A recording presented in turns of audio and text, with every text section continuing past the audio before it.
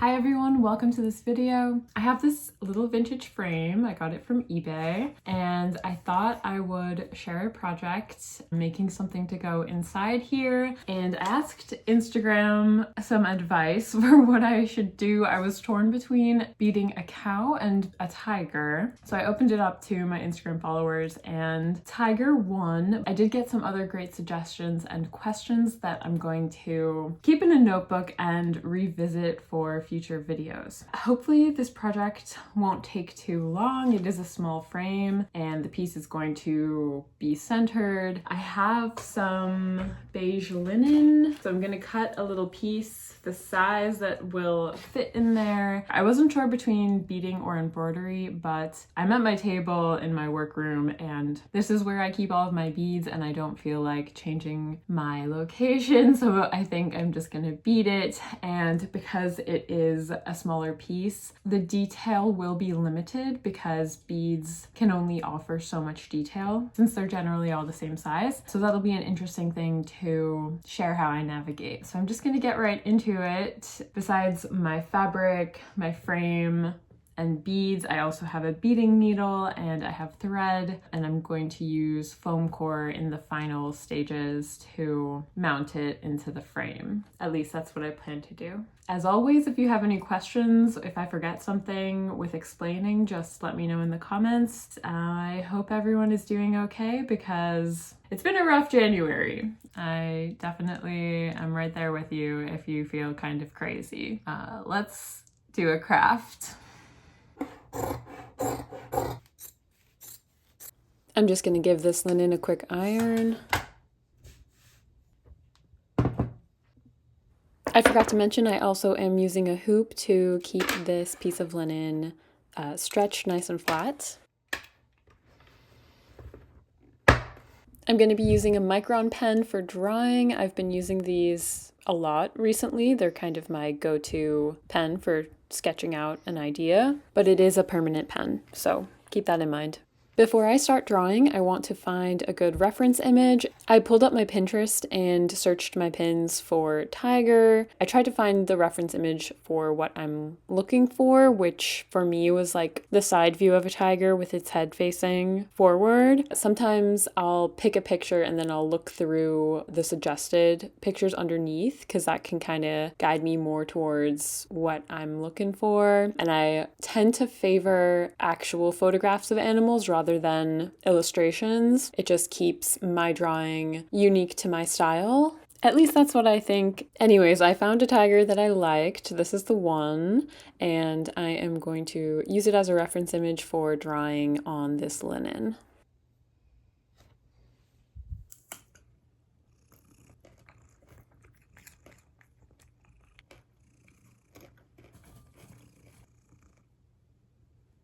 Okay, so I want you to keep in mind I'm looking at a picture as I'm drawing this to help me out. I usually start with the face because that's the spot where most detail is. So I'm trying to get the general shape and put in a very subtle idea of where some of the details are, like the eyes and the nose.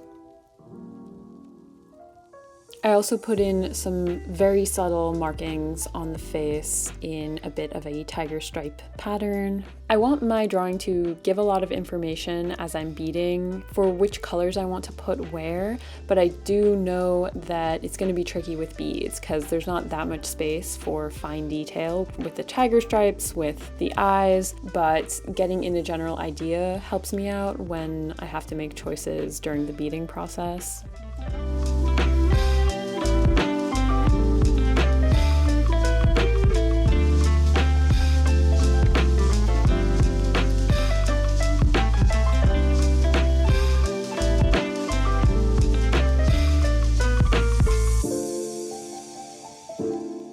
Now that I have my base drawing, I can start beading, so I'm going to thread my bead needle and figure out what colors I want to use for the tiger. I'm going to try to keep it simple with just one sort of amber colored shade for the body of the tiger with some details of like a cream bead because tigers have a cream sort of underbelly and some of the hairs on their face has cream or white in them. And then of course black for the stripes, probably black for the eyes, and maybe pink for the nose. And I did end up using red for a tongue. I'm just knotting my thread so that it stays in place. And then I am going to, just like the drawing, start with the face details with the beads. I'm using a single black bead for each eye. For the nose, I'm doing these pink beads and I'm creating a bit of a V shape.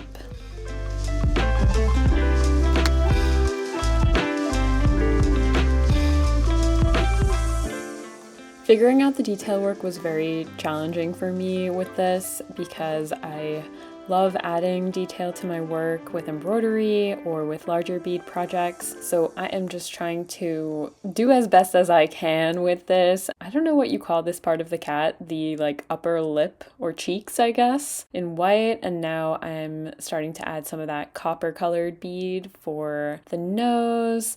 And I'm winging it with figuring out how much black to add with the design patterns. I'm trying to just make sure I don't end up making it look weird.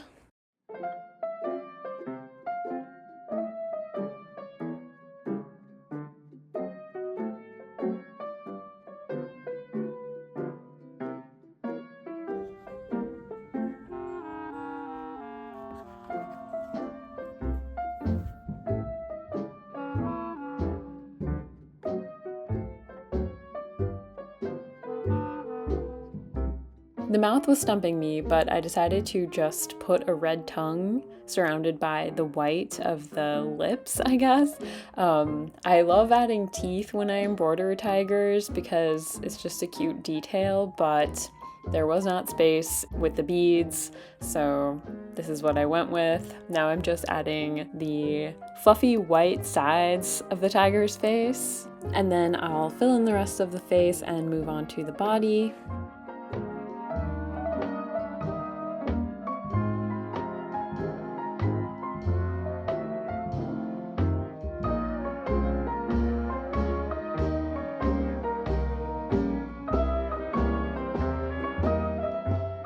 For the body of the tiger, finishing this up, I am focusing most on direction. As you see while I'm beading, the beads tend to create lines.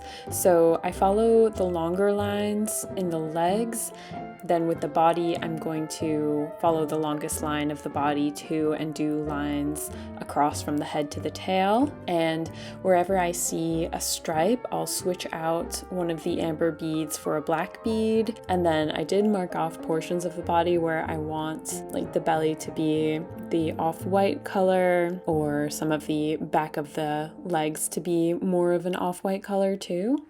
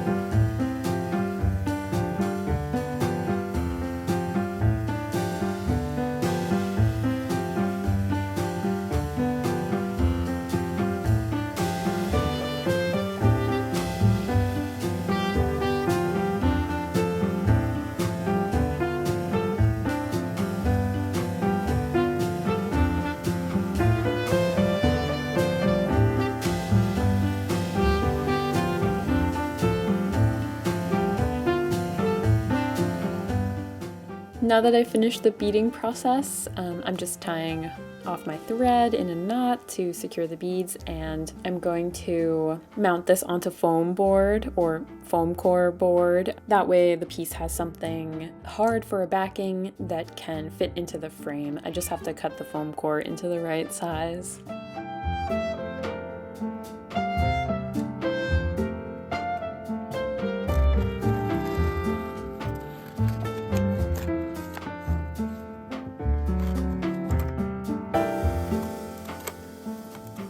What I've been doing lately for framed pieces is using embroidery floss to tightly attach my embroidery across the piece of foam board. I feel like in the past I used to just hot glue it to stuff like this, and I'm trying my best not to do that because it's not good for artwork. I mean, I still do use hot glue to attach fabric to frames, but in an instance like this, the thread works really well, so that's what I've been doing.